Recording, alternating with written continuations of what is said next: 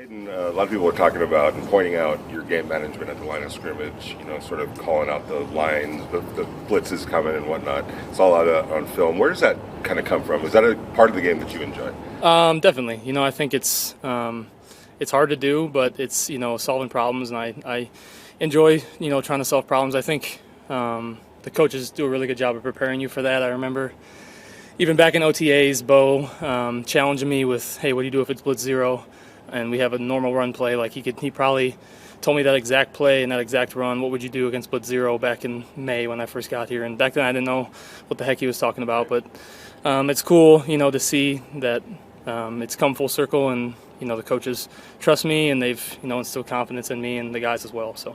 The fact that it's not just you now have to articulate it and other guys have to pick it up. So all being on the same page and having that trust, what's that like in terms of that trust factor that everybody's hearing what you're talking about and doing what you're asking them to do? Yeah, I think it comes from practice. I've seen the guys up front do that from, when I got here till now, all through training camp and beginning part of the season. So I know when I come in, it's my job to just try to continue that and try to be as clear as possible for them, because like I said, the guys up front have a tremendous job. They have such a hard job to do, and every play they're fighting their butts off, and so I try to make the game as easy as I can for them.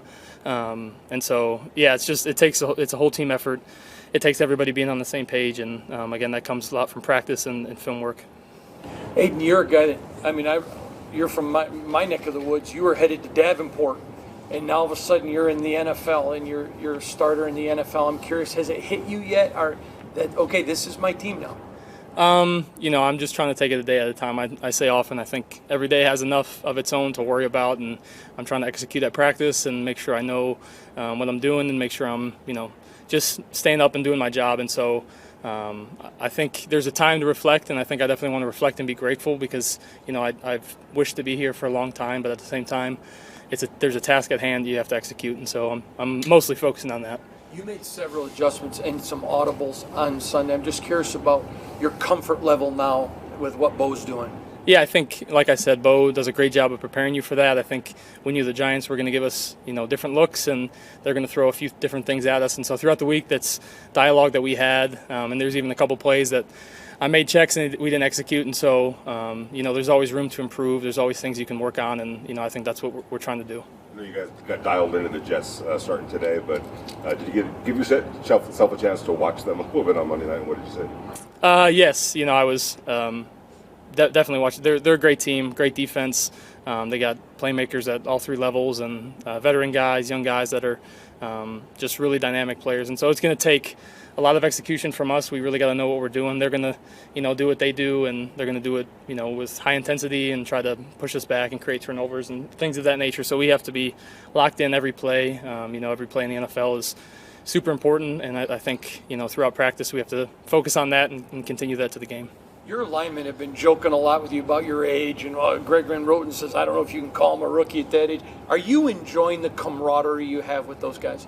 Definitely. I think this is a new situation for me. Obviously, I was by far the oldest guy in the college locker room, and so to be, one of the younger guys in this locker room, and obviously to have a much larger age span is pretty cool. And so it's been fun to be with guys from different walks of life, different seasons in their life, but all coming together to play the same game and try to execute the same way. So it's been a lot of fun. Those guys have been awesome for me since I've been here, and especially in the last week.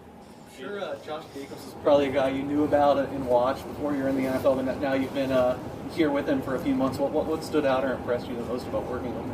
Yeah, I think, we talk about in our quarterback room, JJ's a unique running back. He's very vocal. He's not afraid to challenge guys. He's not afraid to challenge himself and hold himself accountable. And I think, to have a running back who works super hard and obviously led the league in rushing last year, to come in and work as hard as he does in practice, want to communicate as much as he does. He really cares about the details, and that's one thing I really admire from him. He's really a professional, and, I've learned a lot from him. The offensive production slowed down considerably in the second half on Sunday. Was that just a matter of the fact of where the score was in the game at that time, or was there something that showed up in the tape that you guys did not make the adjustment on to counter their adjustments? I think we were ahead, so we wanted to use good clock management, but at the same time, I think we could have done a better job executing. We obviously ran the ball well, and JJ did a great job, offensive line did a great job, but I think, there's definitely room to improve. we got to continue to push to have really a perfect game is what we're looking for. And we played well, but there's still things to work on. And so, yeah, I think, as long as there's mistakes out there, we have things to correct and things to try to get better at. Aidan, most guys get the summer to work on building relationships with the receivers, lots of passing in the offseason. You didn't. Then coming into camp, you were the third string guy. How's that coming with getting the reps and getting with those guys and building that rapport? Yeah, it's been cool to actually be the guy out there that's throwing the passes. I think I try to learn a lot from watching, and unfortunately was on the bench a little bit in college and had to learn that way as well. And so I think I've tried as my best to get good at getting mental reps and being on the sideline and things of that nature. And so being out there, those reps are priceless. You get a feel for the timing, and as many times as you see it, being able to go out there and actually do it is huge. So that's been a lot of fun.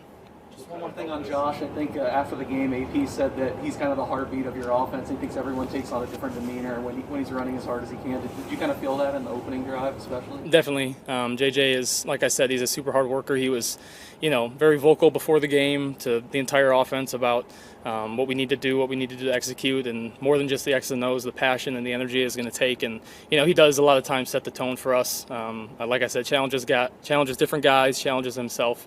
So JJ has been, like I said, just a super hard worker and a super awesome leader for us. Aidan, what's it been like with Davante Adams thus far? Yeah, Davante has been awesome for me. He's, soft-spoken a lot of times, but, he definitely can get intense, and, he's an ultra competitor who loves to win. I think more than anything, I've admired how much how hard he goes at practice. It was not something that I expected, and he is always out there at practice running routes as hard as he can, and there's a reason that he is who he is, because he prepares and he cares about the game a lot. And so Davante is obviously a dynamic player, a super unique talent at wide receiver, but I think more than that, I think I've learned more from him off the field in terms of what it takes to be a pro, watching film, taking care of your body, challenging guys, like I've said before. So he's been awesome. You talked about how much your faith plays a role in your confidence to perform, in the position. Did you take any inspiration at all last season from Brock Purdy?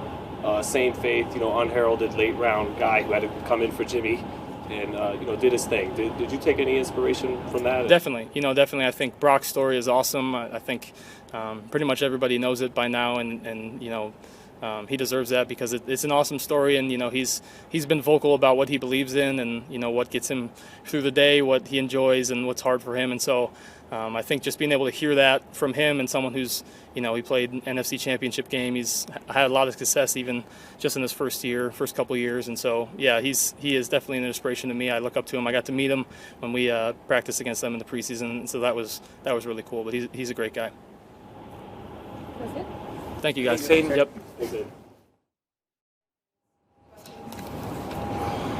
Davante, obviously it's not every snap, but thoughts on the guy who will probably be primary guy covering you, Sauce Gardner, first all-team, all-pro in the rookie year since Ronnie Lott. Thoughts on going up against him and what he brings? Well, I look at the tape. That all pros and Pro Bowls, that don't mean nothing to me. He's a good player for sure.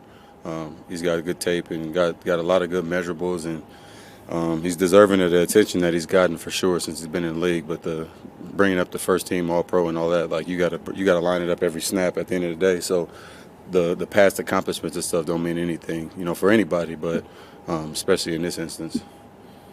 You guys, last week was kind of a condensed week with everything that happened. Now that you have a full week here, do you anticipate maybe some more changes to the office or more wrinkles that you guys can put in?